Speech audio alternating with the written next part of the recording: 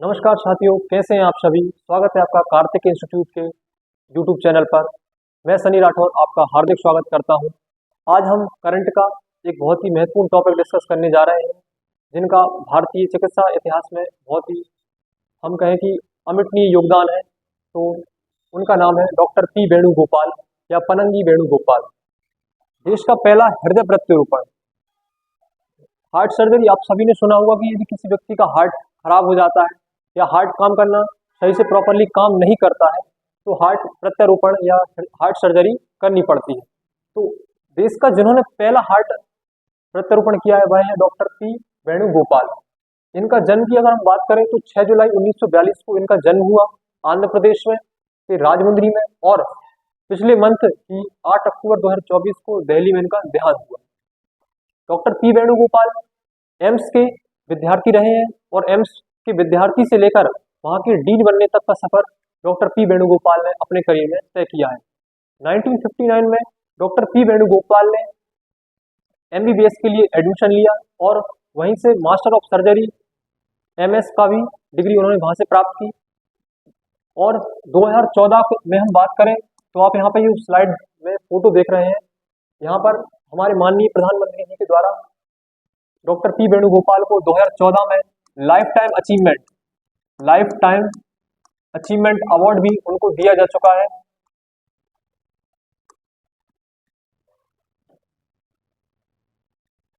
Life time achievement, जैसा कि नाम से ही पता चल रहा है कि लाइफ टाइम अचीवमेंट, जिन्होंने अपना पूरा जीवन ही किसी क्षेत्र विशेष में समर्पित कर दिया हो, ऐसे व्यक्तियों को लाइफ टाइम अचीवमेंट अवार्ड दिया जाता है, जो कि 2014 में डॉक्टर पी वेणुगोपाल को दिया गया था।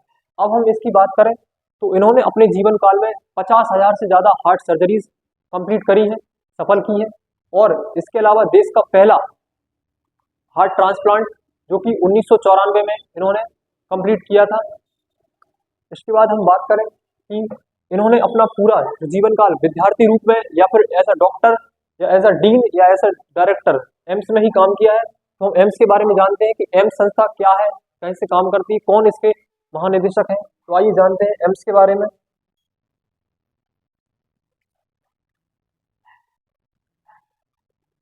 एम्स, जैसा कि आपने सभी ने एम्स का नाम तो सुना ही होगा। AIIMS all India medical science, जिसकी स्थापना की हम बात करें तो इसकी स्थापना 8 फरवरी 1956 को हुई थी, और ये कहां पर है? दिल्ली में है, भारत में। अभी वर्तमान में 20 एम्स कार्यरत हैं, और प्रधानमंत्री मोदी जी ने जैसा कि अपने पूर्व में घोषणा की है कि 5 और एम्स भारत में खोले जाएंगे। तो अभी तक कितने एम्स हैं? 20 जो है करंट में अभी वर्तमान में कार्यरत हैं। 20 एम्स तो अभी वर्तमान में कार्यरत हैं। ये आप एम्स की बिल्डिंग का पिक्चर भी देख पा रहे हैं कि अखिल भारतीय आयुर्विज्ञान संस्थान, जिसे हिंदी में बोलते हैं all India institute of medical science. 5 और एम्स भी भारत में खोले जाएंगे, जिसमें से एक अपने मणिपुर राज्य का भी खोलने का प्रावधान अभी हाल ही में घोषणा हुई है। अब हम बात करते हैं कि एम्स, तो एम्स के अगर हम बात करें निदेशक कौन है वर्तमान में, एम्स के निदेशक तो वो है डॉक्टर श्री एम श्रीनिवास।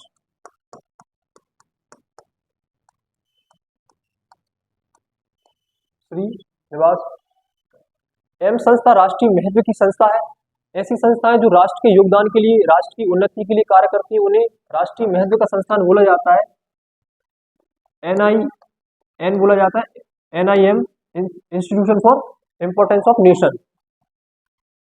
चलिए, इसके अलावा अब हम बात करते हैं तो एम्स में ऐसा नहीं है कि सिर्फ हार्ट के लिए, भारत में जितने भी अन्य अन्य चिकित्सा के क्षेत्र हैं, चाहे वो आपका ENT सर्जन हो, कार्डियोलॉजी हो, या फिर इसके अलावा आपका गैस्ट्रोएंटेरोलॉजिस्ट, जितने भी हैं सभी के यहाँ पर अध्ययन भी कराया जाता है। और विद्यार्थियों के अलावा, अध्ययन के अलावा, मेडिकल के जो छात्र होते हैं अध्ययन करते हैं, और इसके अलावा यहाँ पर चिकित्सा की सुविधा भी मुहैया कराई जाती है। इसके बाद अब हम बात करते हैं हार्ट की।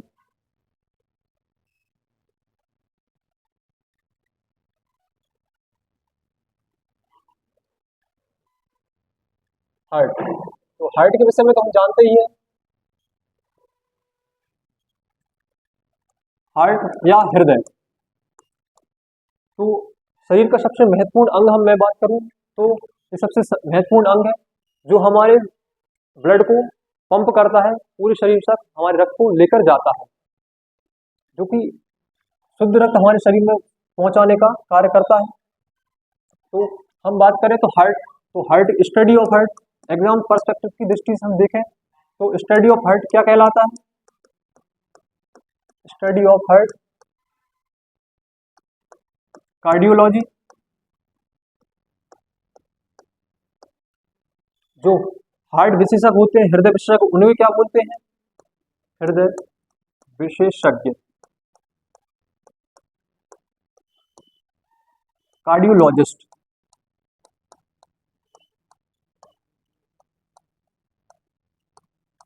कार्डियोलॉजिस्ट।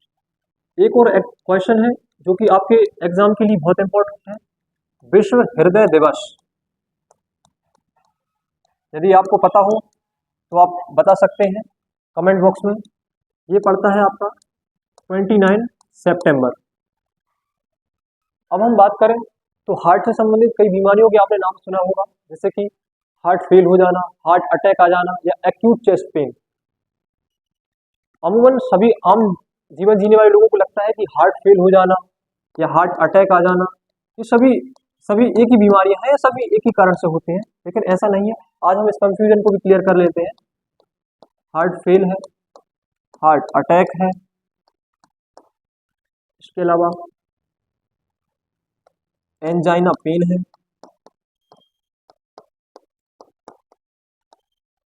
एंजाइना पेन है, और इसके अलावा हम बात करते हैं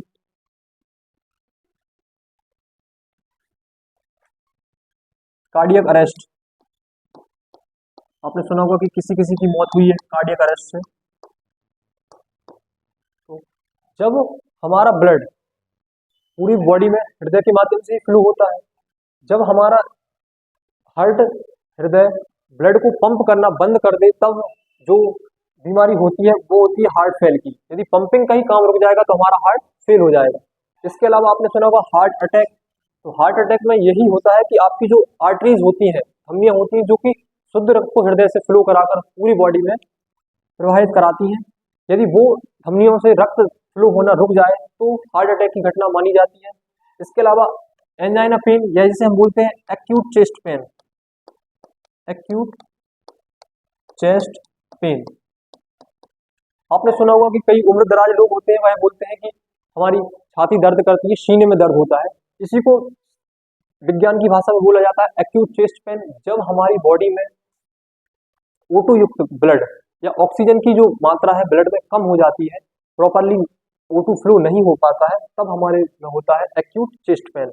और कार्डियक अरेस्ट की बात करें तो आपने सुना होगा कि हृदय लब डब की आवाज करता है, यानी कि हार्ट बीट करता है, हृदय धड़कता है।